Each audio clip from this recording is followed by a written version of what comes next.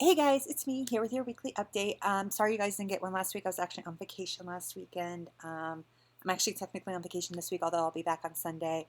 But I wanted to get this out to you guys because I didn't want to not communicate with you guys for 2 weeks. Couple of things. First of all, we are continuing on in our series on road trip on the Ten Commandments, and as we're teaching this, I hope I'm loving the curriculum and the way they're writing it, and the fact that we're giving kids snacks and stuff like that, is that we're trying to teach the kids that, like, following rules, it's not always a drudgery. Like, I don't know. Like, I know there's, like, moments where, like, our desires collide with what we're supposed to do. And, I'm always reminded of the verse, he who knows the good he ought to do and doesn't do it sins. I mean, because we're human, we're fallen human beings. But the reality is we're trying to get the kids to realize, like, obeying Jesus, like, there's just a sweetness to it. And I don't know if you guys have ever experienced that in your life. um, I know I've experienced that multiple times in my life, around where, like, it's like, oh man, like, I wish I could just do this thing and I don't, or I do this thing because I feel like the Lord's asked me to, and I'm kind of like, I don't really want to do this, Lord. And then just seeing the goodness of God's faithfulness coming through in that moment. And so, really, we're just trying to get the kids to think through, like, that's what this is about. So, giving the kids, like, sweet snacks and stuff like that, it's just a fun way to remind the kids, like, this is a very sweet thing. Like, it's actually a sweet thing to obey and follow what God is asking of us, in these 10 commandments. But of course, there's obviously grace when we mess up. So so yes, I just, as you guys, as we're teaching that, I just want to just reiterate that, because this week we go on to, it's where we obey God by loving our families. So, which I'm going to laugh because I'm actually teaching, and my daughter, of course, will be in the class that I'm teaching. So, um, I might cue her up for some things to share with the kiddos or something like that. I don't know. Um, so just a couple of things. Number one, just continue to remember to really practice the memory verse with our kids on Sundays. I just really think, like I said, our kids just need to have the Word of God in their hearts. Because they can't always have access to a Bible when they're at school or wherever. Or even, like, our younger kids can't read, but if they can still memorize scripture and have it in their hearts.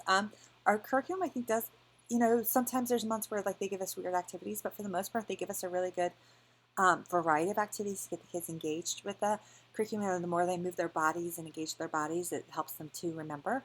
But another thing is, you can always put the memory verse to song.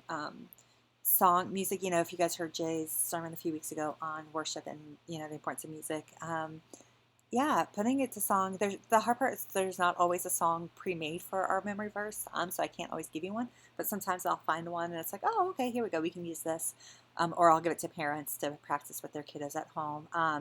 Because there's actually a song that I remember growing up learning the first part of this verse, but they didn't have the second part, which is, love your neighbor as yourself. So I didn't want to give kids just half of this. Um, the memory verse in the song. So yeah, so just to be continuing to make sure you hit that memory verse activity. If you're like, I'm not sure timing wise if we're going to do it, just bump it up in the programming. Make that like your first thing you do after the Bible story or something like that, so that you make sure you're hitting it, and so that we're teaching it with the kids. Because I would rather that happens, because, like I said, it's always usually tied to some sort of fun activity, anyways. So that happens, and then you're not. And it's okay if we do one less game or activity or something else like that. Um, so just a couple things, like, logistically, that's happening within kids ministry. This past Sunday, Corey, talked about parenting, and he tied it into kids ministry.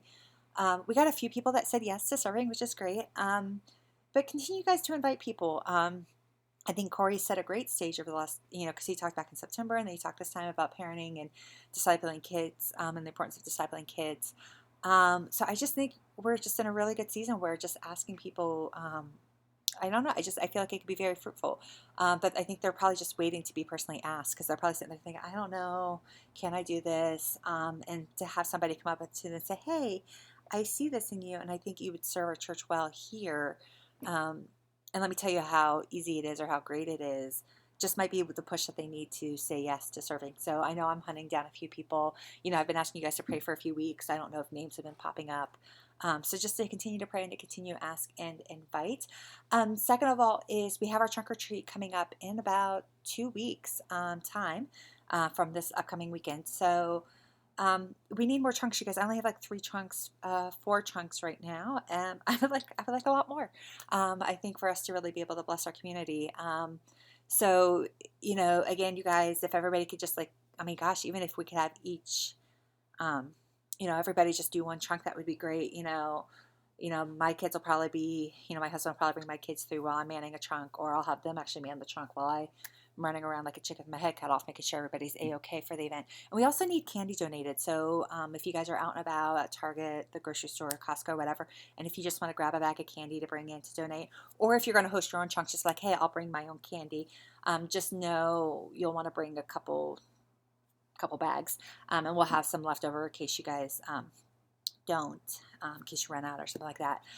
That's trunk or treat. And then also then Sunday, October 31st, we're just going to do a fun Halloween party. So we'll do a shortened lesson. I may just change up what the original plan was, just because I don't feel the need for us to have to do all, like, I don't want you guys to feel like you have to get through a whole morning's worth of curriculum.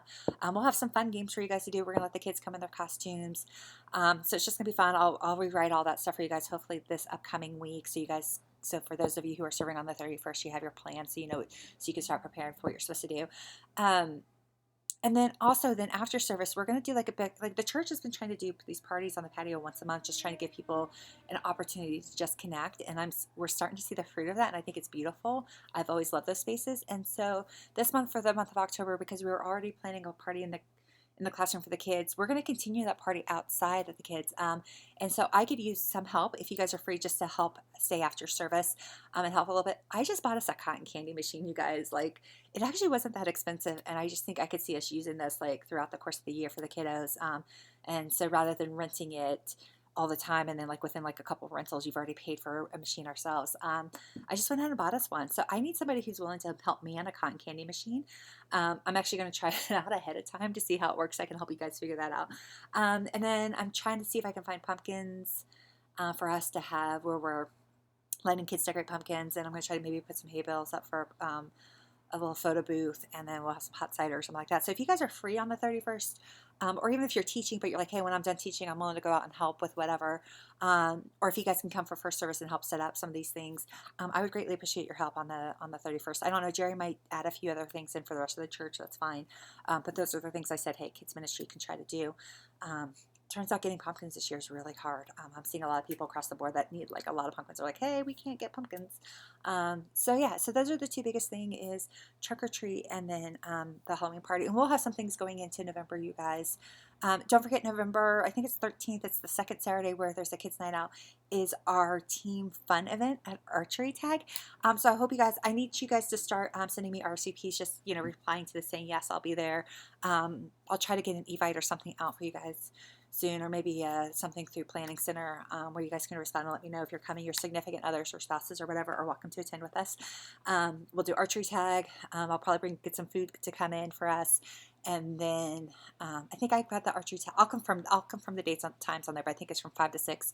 And then there's a brewery like very like just right around the corner if anybody wants to then go out afterwards for a drink or something like that.